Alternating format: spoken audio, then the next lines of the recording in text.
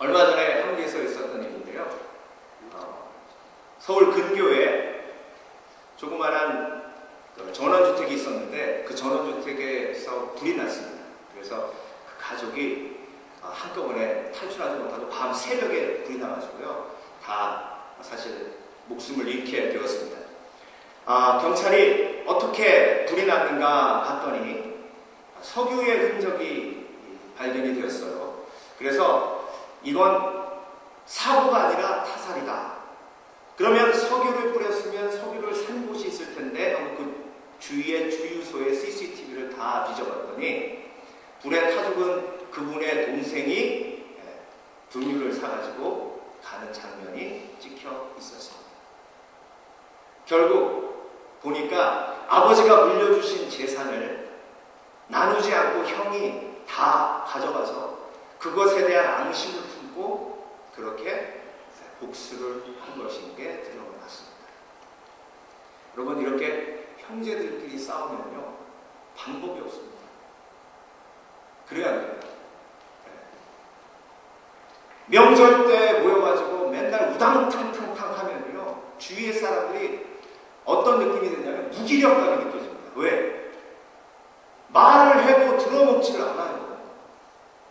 싸우지 말라고 해도 싸우고, 당신도 잘못했지 않냐 그러면 내가 뭐 잘못했냐고 그러고. 여러분, 제일 힘든 게 그거 아닙니까? 싸우는 사람 말리는 게 제일 힘들잖아요. 안 싸우기만 하면 될 텐데. 자녀들도 마찬가지입니다. 부모님의 심정이 얼마나 아파요. 싸움박질하고 있는 거 보면 제일 힘드시잖아요. 근데 그걸 안 싸우게 만드는 방법이 없어요. 데려다 놓고 혼내도 안 되고, 협박해도 안 되고. 그래서 여러분, 화해는요 사람이 할 수 없는 영역입니다. 오늘 본문을 보면 사도 바울이 너의 믿음에 대해서 내가 들었노라. 사도 바울은 로마 교회를 한 번도 가본 적이 없습니다. 그런데 소식이 들려옵니다. 로마에 교회가 개척되고 그리고 그곳의 성도들이 한 명씩 두 명씩 늘어가고 있다. 사도 바울이 전한 복음이 이 사람 저 사람에게 전파되어서 결국은 그 복음이 그때 당시의 세계의 중심 로마에까지 전파되어 로마의 교회가 생기게 되었다는 것입니다. 그 소식을 듣고 얼마나 사도 바울이 기뻤습니까? 하나님 감사합니다. 주를 위해 헌신하는 주의 종을 통해 교회가 하나씩 둘씩 개척되게 하시고 이번에는 제가 시작하지 않은 그 교회가 저의 제자들을 통해서 시작되게 하심을 감사합니다. 그래서 오늘 본문을 보면 너희를 위해 내가 항상 뭐했다 기록하고 있습니다.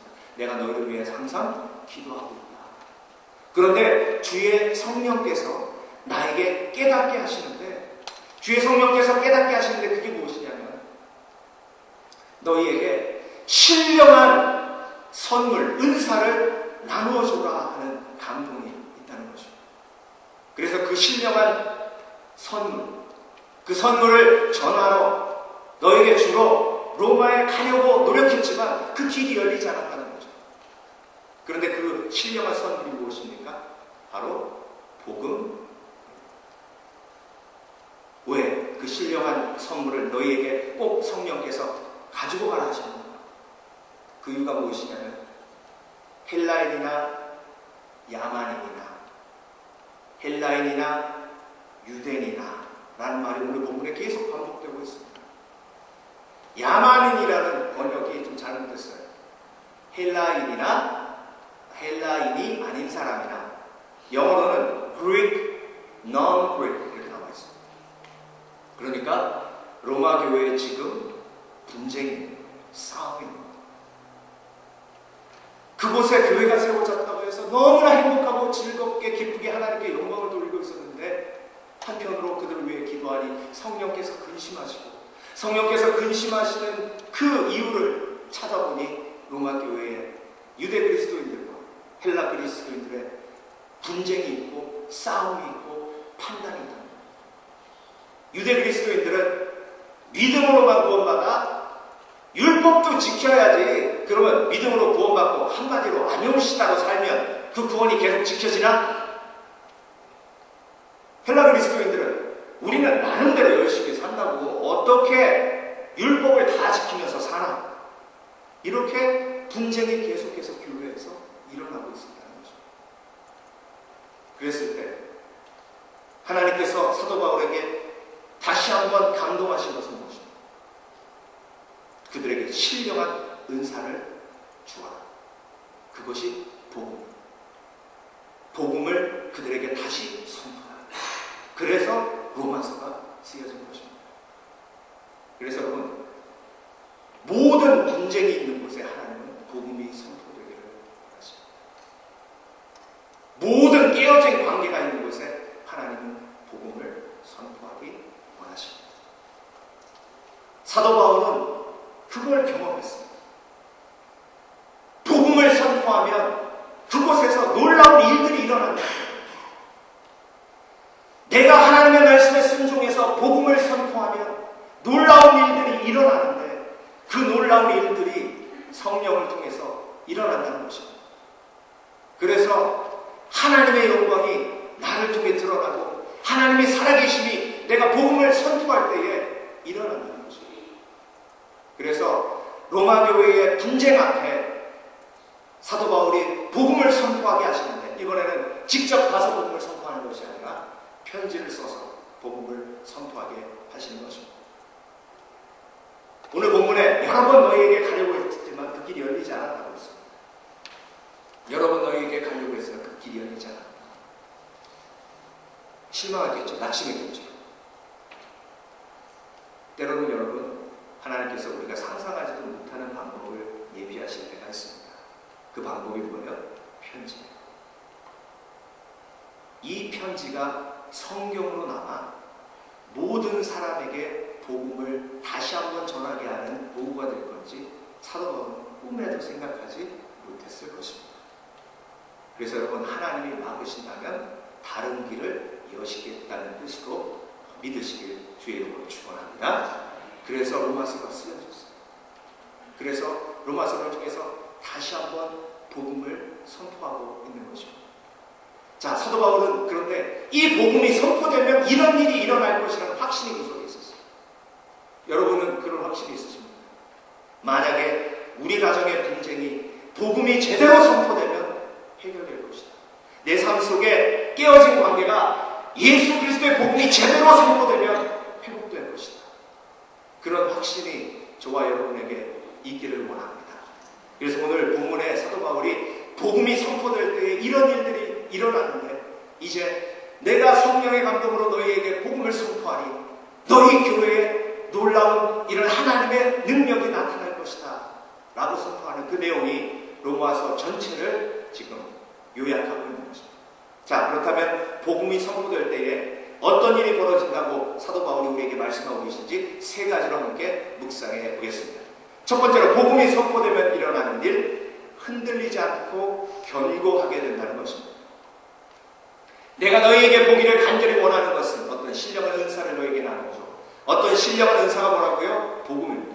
너희에게 나누어줘 너희를 견고하게 하려 함이니. 뭘 견고하게 한다는 겁니까? 믿음을 견고하게 한다는 겁니까? 여기서 견고하게 한다는 것은요, 교회가 지금 분쟁이 생긴 이유가 뭐예요? 사랑이 견고하지 않아서요.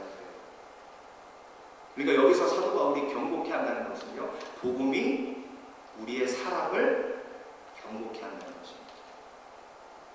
그래서 로마서 8장 35절에 누가 우리를 그리스도의 사랑에서 끊으리요? 환난이나 공고나 박해나 기근이나 적신이나 위험이냐? 칼이냐? 그리스도의 견고하기 때문에 그 누구도 끊을 수가 없다는 것입니다. 지금 로마 교회가 싸우는 이유는 사랑이 흔들리기 때문에, 사랑이 흔들리니까 싸우는 겁니다.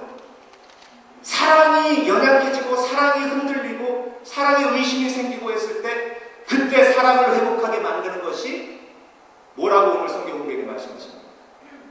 복음.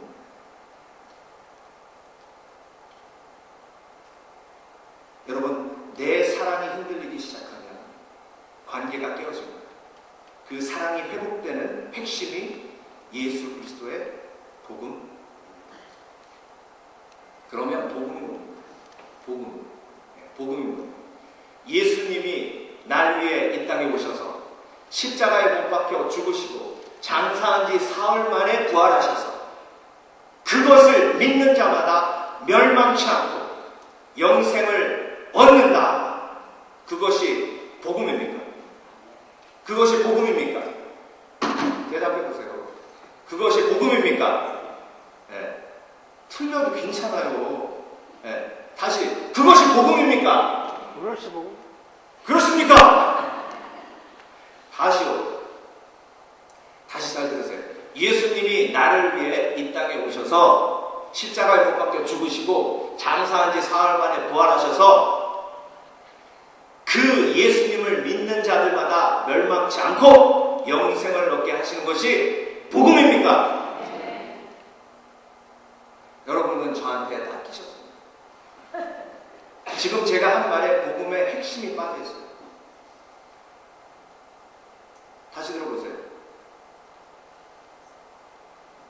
예수님께서 이 땅에 오셔서 나를 위해 십자가에 죽으시고 장사한 지 사흘 만에 부활하셔서 그것을 믿는 자들마다 멸망치 않고 영생을 얻게 하시는 것이 복음입니까? 예? 대답을 해보세요. 여기에 핵심이 빠져있다니까요. 핵심이. 그래서 우리 신앙생활의 비극이 여기서부터 시작이 되는 거예요. 여기서. 네. 지금 무슨 핵심이 빠져있어요? 이거 한 번 더 하면 짜증내실 분도 있겠지만 한 번 더 하겠습니다. 이게 너무 중요하니까. 네. 예수님이 이 땅에 오셔서 나를 위해서 십자가에 못 박혀 죽으시고 장사한 지 사흘 만에 부활하셔서 그것을 믿는 자마다 멸망치 않고 영생을 얻는다. 이게 복음입니까? 여기서 뭐가 제일 핵심되는 게 뭐가 빠졌습니까? 예? 하나님이 세상을 이처럼 사랑하사 그걸 왜 십자가를 지셨냐는 거예요. 왜 이 땅에 오셨냐는 거예요. 왜? 여러분, 예수님은요 부활 안 하셔도 됩니다. 그냥 편하게 천국으로 스트레이트 하시면 돼요. 그런데 왜 고통 많고 힘든 또 이 세상에 그것도 꼴 보기 싫은 자기를 세 번이나 베드로도 봐야 되고 다 도망간 제자들도 봐야 되는데 왜 부활하셨냐고요? 왜 부활하셨어요? 나를 사랑하셔서 나도 부활한다는 거 보여주시려고. 그러니까 여러분, 복음의 핵심은요 천국 티켓을 따는 게 아니에요.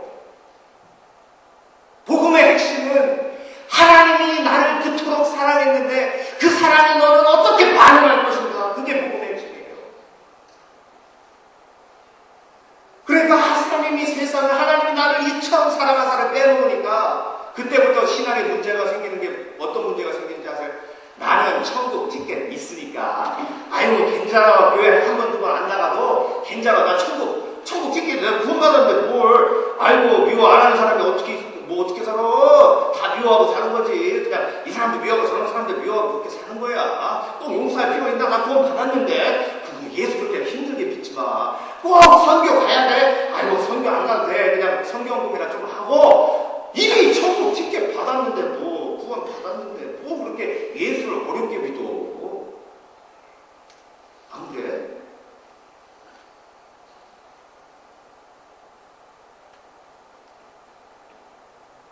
하나님이 나를 사랑한다는 것을 빼면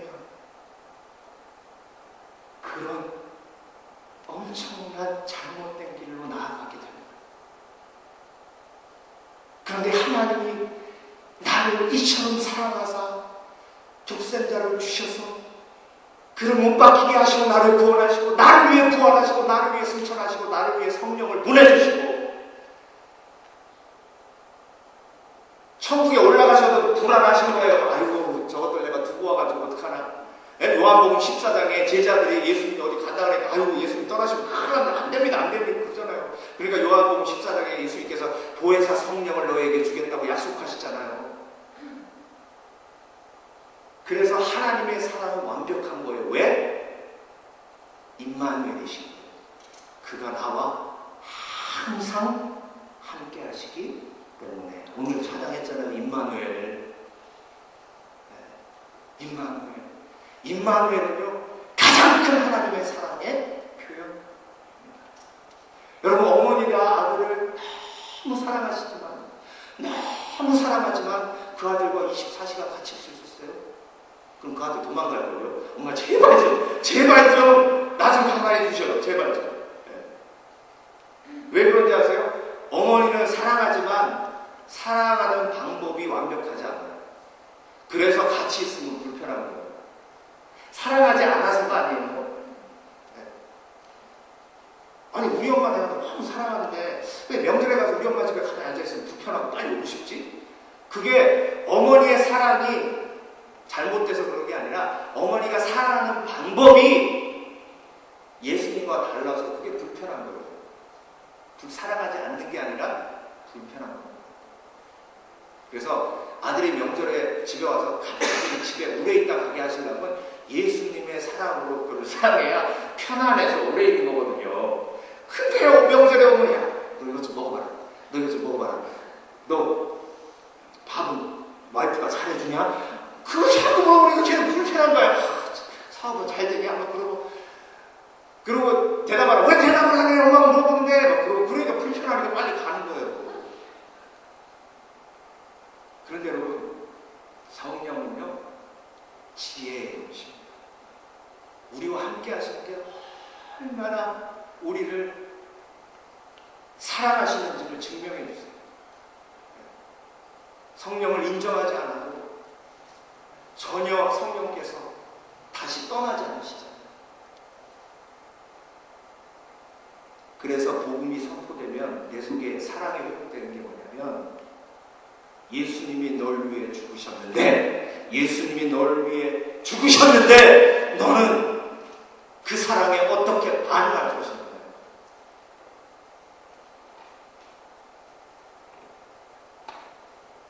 유대 그리스도인, 헬라 그리스도인, 머리 터지게 싸우고 있는 그 로마 교회에 여러분, 유대인이나 헬라인이나 다 같이 예수 그리스도께서 여러분들을 위해서 죽으셨습니다. 그렇다면 지금 여러분 어떻게 하시겠습니까? 그리스도께서 교회를 사랑하는 것 같이 형제자매를 사랑해야 하지 않겠습니까? 오늘 성식교도 요한 1서 4장 말씀 읽었죠? 요한 1서 4장 말씀에서 명확하게 뭘 하셨습니까? 독생자를 보내신 것은 하나님이 우리를 사랑하셨습니다. 그래서 복음의 핵심은 하나님의 사랑입니다. 그래서 그게 굿뉴스, 복음이에요.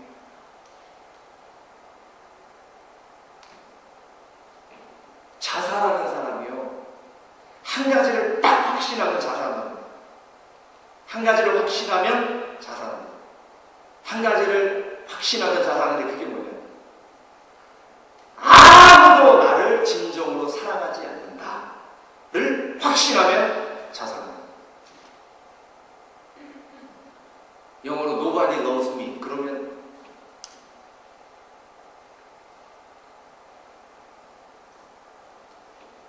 그래서 복음이 good news, 좋은 소식입니다. 비행 청소년들이 비행 청소년 되는 이유를요, 심리학자들이 조사해 보면 그들이 동일하게 하는 말이 그거예요. 그 누구도 나를 진정으로 사랑하지 않는다라는 말을 합니다. 부모님마저도 나를 진정으로 사랑하지 않기 때문에 내가 착하게 살아야 할 아무런 이유가 없다는 거예요. 그게 죄를 계속해서 지으면서도 죄에서 벗어나지 않으려는 이유랍니다. 그래서 여러분, 하나님이 세상을 이처럼 사랑하사 독생자를 주셨으니 하나님이 너를 이처럼 사랑해서 예수 그리스도를 이 땅에 보내시고 십자가 못 박혀 돌아가시기까지 믿으면 그 사랑을 체험하고 경험하니 그때부터 주를 위해 살게 되는 것이라고 전하는 것이 복음이며 그 복음이 선포될 때에 깨어진 관계가 회복될 줄 믿습니다. 그리고 용서의 마음이, 용서의 결단이 생기게 될 줄 믿습니다. 제가 이번에 송구영신 예배 준비하면서요, 다른 교회들은 송구영신 예배를 어떻게 드리나 이렇게 해서 몇 교회를 인터넷 들어가서 송구영신 예배를 봤어요. 근데 서울에 우리들 교회라는 교회가 있어요. 김양재 목사님, 여자 목사님이신데 그 교회에 송구영신 예배를 드리는데 한 가족이 나와서 이제 특송을 해요. 근데 온 가족이 나와서 특송을 하는데 그 아버지가요, 찬송가 이렇게 들었는데 다른 사람들은 다 이렇게 내 맘에 한 이렇게 부르는데 그 아버지는 안경 써서 눈이 나쁘고 그런지 내 맘에 막 그래서 딱 보고 제가 알았어요. 저분 예수 믿은 지 얼마 안 됐구나. 찬송 많이 안 불러보신 분이구나. 그러고 이제 특송이 끝나고 들어갔는데 김양재 목사님 나오시더니 여러분 저기 특송하시면서 가까이 가운데 서 있는 저 남자분, 저분 얼마 전까지만 해도 알코올 중독으로 헤매고 매일 저 와이프 패가지고 저 와이프가 새벽 예배 나와가지고 맨날 울던 그런 사람이에요. 전교인 앞에서. 그런데 아내의 변함없는 사랑과 기도로 술 끊고 변화돼서 오늘 특송했어요. 그러니까 거기서 아멘! 전교인이 같이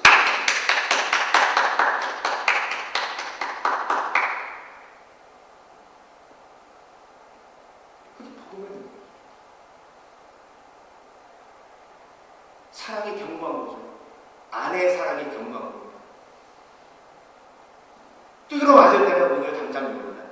그런데 새벽 예배 가서 기도하면 예수님께서 너를 사랑하셔서 십자가에 못 박혀 죽기까지 사랑하셨으니 너는 내 남편을 어떻게 사랑하겠냐? 그러면 예수 그리스도의 사랑으로 죽기까지 사랑하겠습니다. 그러고 가서 또 밥 해주고 그 다음에 또 술 먹고 돌아서 두드러 맞고 또 와가지고 새벽 예배 울면서 또 그렇게 결단하고 혹시 이 자리에 목사님 아무리 그렇게 해도 나는 그렇게 못 삽니다. 그렇게 해서 어떻게 두드러 맞고 삽니까? 한정인 것이. 그러나 얘기가 아니라 그 복음의 능력이 견고한 사랑을 만들어간다는 겁니다. 그래서 요한복음 15장에 너희가 나를 떠나서는 아무것도 할 수가 없느니라. 그 전 말씀이 사랑에 대한 말씀이에요. 그러니까 결국은 뭐예요? 사랑도 예수 그리스도를 떠나서는 제대로 사랑할 수 없다는 겁니다. 그래서 예수 그리스도의 사랑은 견고한 사랑인데 사랑에서 끊을 수 없습니다. 환난이 닥쳐도 끊기지 않습니다. 사단이 공범을 줘도 끊기지 않습니다. 박해를 해도 끊기지 않습니다. 기근을 갖다 줘도 끊기지 않습니다. 적신이 뭐냐면요, 빨가벗기는 거예요.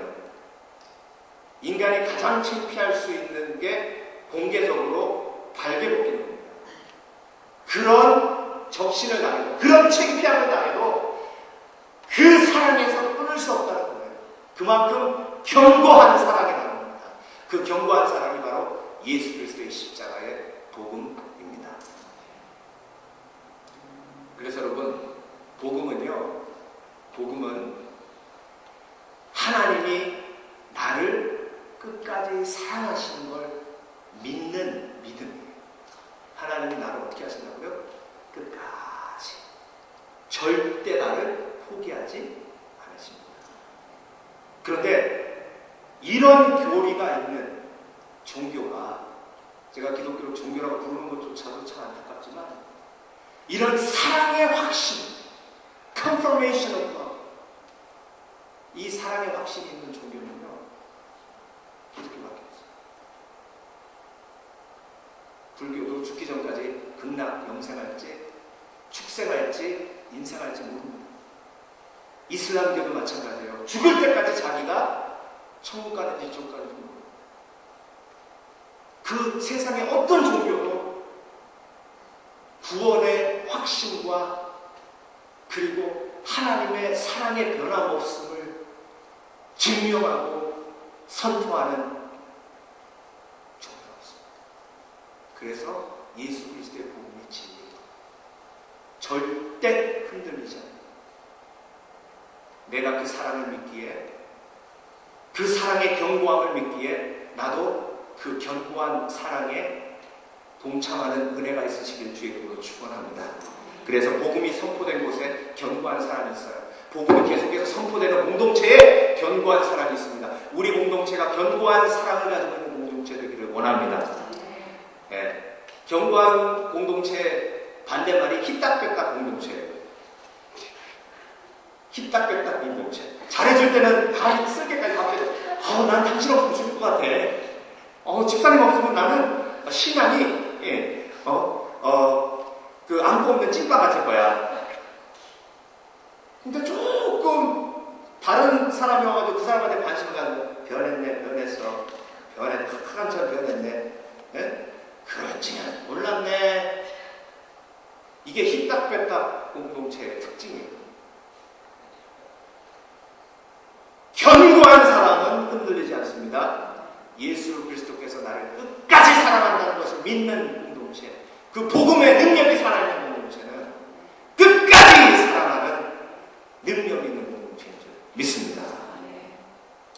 두 번째, 복음이 선포되면 일어나는 일, 낙심치 않는 위로가 임하게 됩니다. 이는 곧 내가 너희 가운데서 너희와 나의 믿음으로 말미암아 피차 안위함을 얻으려 함이라. 지금 사도 바울이 많이 낙심돼 있어요. 로마의 교회가 세워졌다고 해서 너무나 행복하고 즐겁고 기뻐했는데 그 교회가 분쟁으로 인해 위기에 빠져 있으니 얼마나 실망하겠습니까? 그런데 그 분쟁 속에 복음이 선포될 때에 그 속에서 회복이 일어나고 치유가 일어나고, 그것이 우리에게 큰 위로, encouragement, 그것이 될 거라는 걸 확신하는 거죠. 여러분, 가장 큰 위로는 복음인 줄 믿습니다.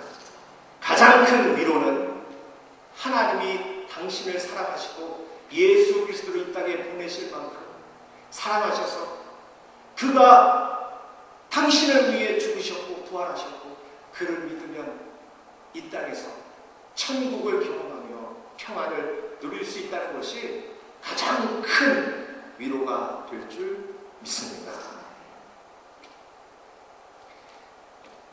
원불교의 선교사, 원불교의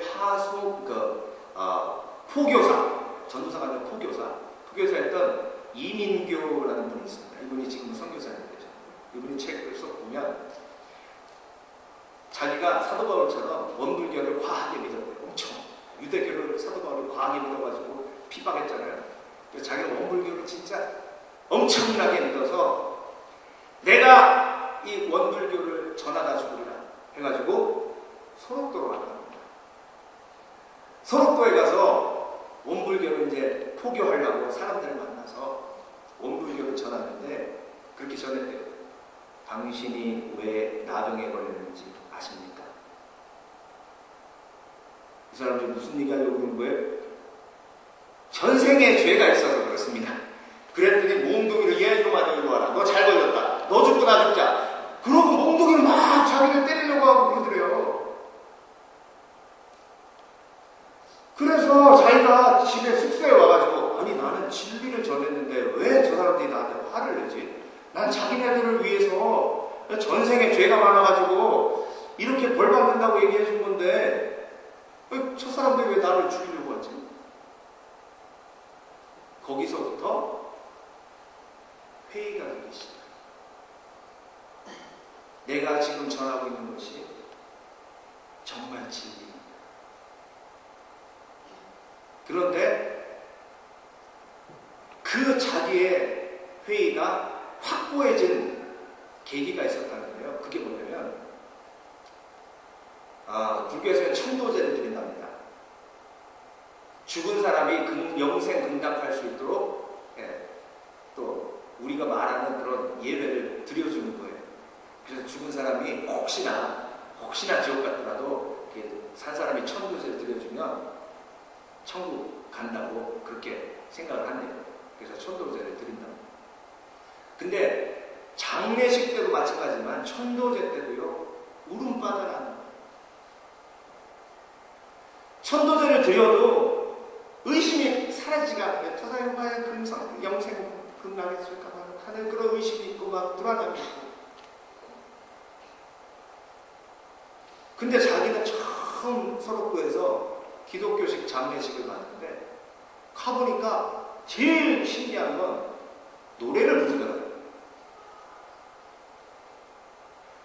그러면서 노래를 부르는데 사람들의 표정이 슬픔도 있지만 한편으로 소망이 보이더라고요. 며칠 후 요단강 건너가 만나리. 이게 그 속에서 뭔가 다른 걸 경험했다는 거죠. 그래서 자기가 그 장례식에서 배운 그 며칠 후 요단강 건너가 만나리 이 찬양이요, 계속해서 귀에서 들려요. 계속해서.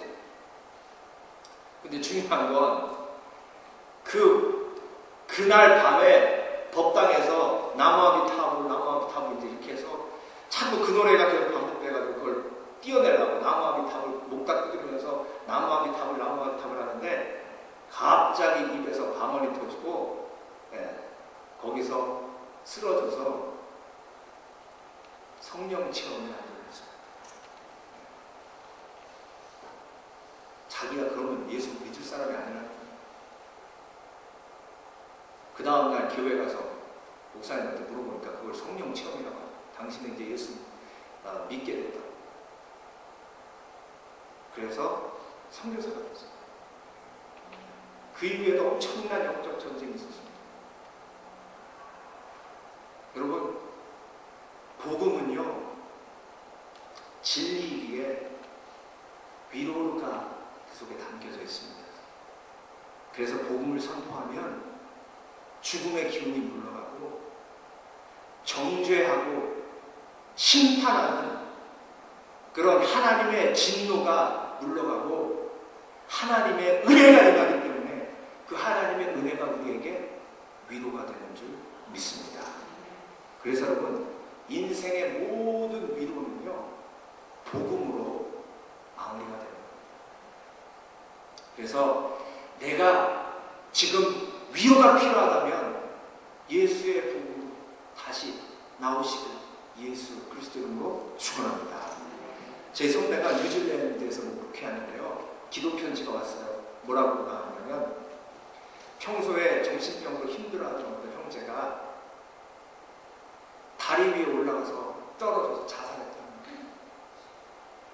근데 그 가족이 목사님한테 전화해서, 목사님, 우리 남편이 자살했습니다 라고 하는 말을 들을 때, 평생 목회하면서 이런 일은 처음이고 내가 어떻게 장례식에서 복음을 전해야 할지 두려움이 막 밀려오면서, 하나님, 나는 이런 고통과 아픔을 경험하는 가족을 위로할 수 없습니다. 어떻게 해야 합니까? 친구들한테 기도 요청 편지를 보내요. 그러고 나서 함께 기도하며 일주일이 지나고 장례식이 다 끝났어요. 편지가 왔는데 감사의 편지가 왔어요. 장례식장에서 복음을 전했다는 것. 나는 부활이요 생명이니 나를 믿는 자는 죽어도 살겠고 살아서 믿는 자는 영원히 죽지 아니하리라. 너희가 이것을 믿느냐? 너희가 이것을 믿느냐? 너희가 이것을 믿을 때 하나님의 위로가 임하고, 그것을 믿지 못했을 때는 하나님의 위로가 멀어져. 1년 반 전에 리브레 목사님 아들이 평소에 우울증으로 시달리다 자살했습니다. 전 세계에서 가장 영향력이 있는 새들백 교회 담임 목사님 리버럴. 그분이 쓴 Purpose Driven Life, 목적이 이끄는 삶이라는 책은요, 제가 아는 통계로만 300만 부가 나갔고요. 전 세계적으로 우리나라에서도 100만 부 이상 나가는 책이기 때문에 뭐 저자로 생각해도 그 영향력으로 생각해도 대통령과 직접 통화할 수 있는 영적인 분이에요. 시대의 아이콘이에요. 근데 그분의 아들이 자살한 거예요. 제가 그 소식을 딱 들었을 때 과연 리브레 목사님이 강단에 서서 다시 설교를 할 수 있을까?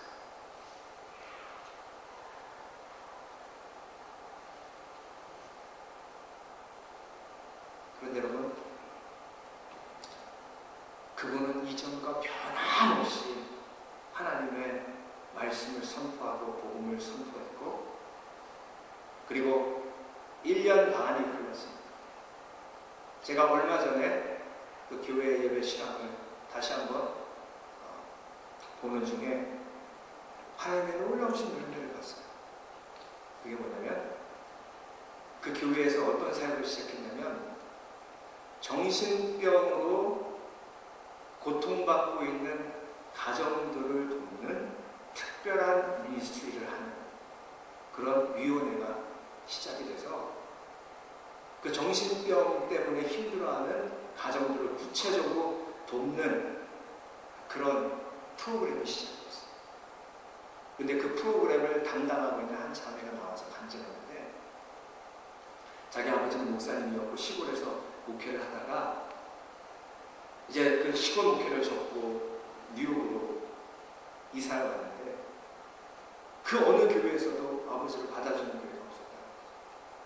그때부터 아버지는 슈퍼마켓에서 일하고 노동하면서 자기들을 돌봤는데, 어머니가 사는 거죠. 어머니가 정신병에 걸리죠. 수없이 집을 나가고 수없이 많은 자살 시도가 있어요. 그 속에서 자기가 얼마나 고통스러웠는지를 이야기해요. 그런데 하나님이 이 고통을 다른 사람을 돕는 도구로 사용하실 줄은 꿈에도 몰랐다는 거죠. 그래서 리브렘 목사님의 아픔을 통해서 그 교회의 또 다른 사역의 방향이 열리는 것을 볼 수가 있었습니다. 자식을 잃어도 자살로 잃은, 그것도 목사님, 그 고통을 누가 위로할 수 있겠습니까? 여러분들도 그렇게 생각하실지 모릅니다. 내가 가지고 있는 이 아픔을 누가 내 아픔을 알아? 웃기고 있네. 네가 내 아픔을 알아.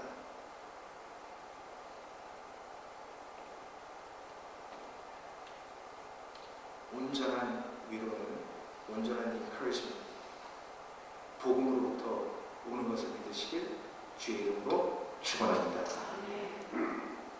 그래서 예수 그리스도의 복음이 가장 큰 위로고, 그곳에 영생이 있고 생명이 있고 죽음의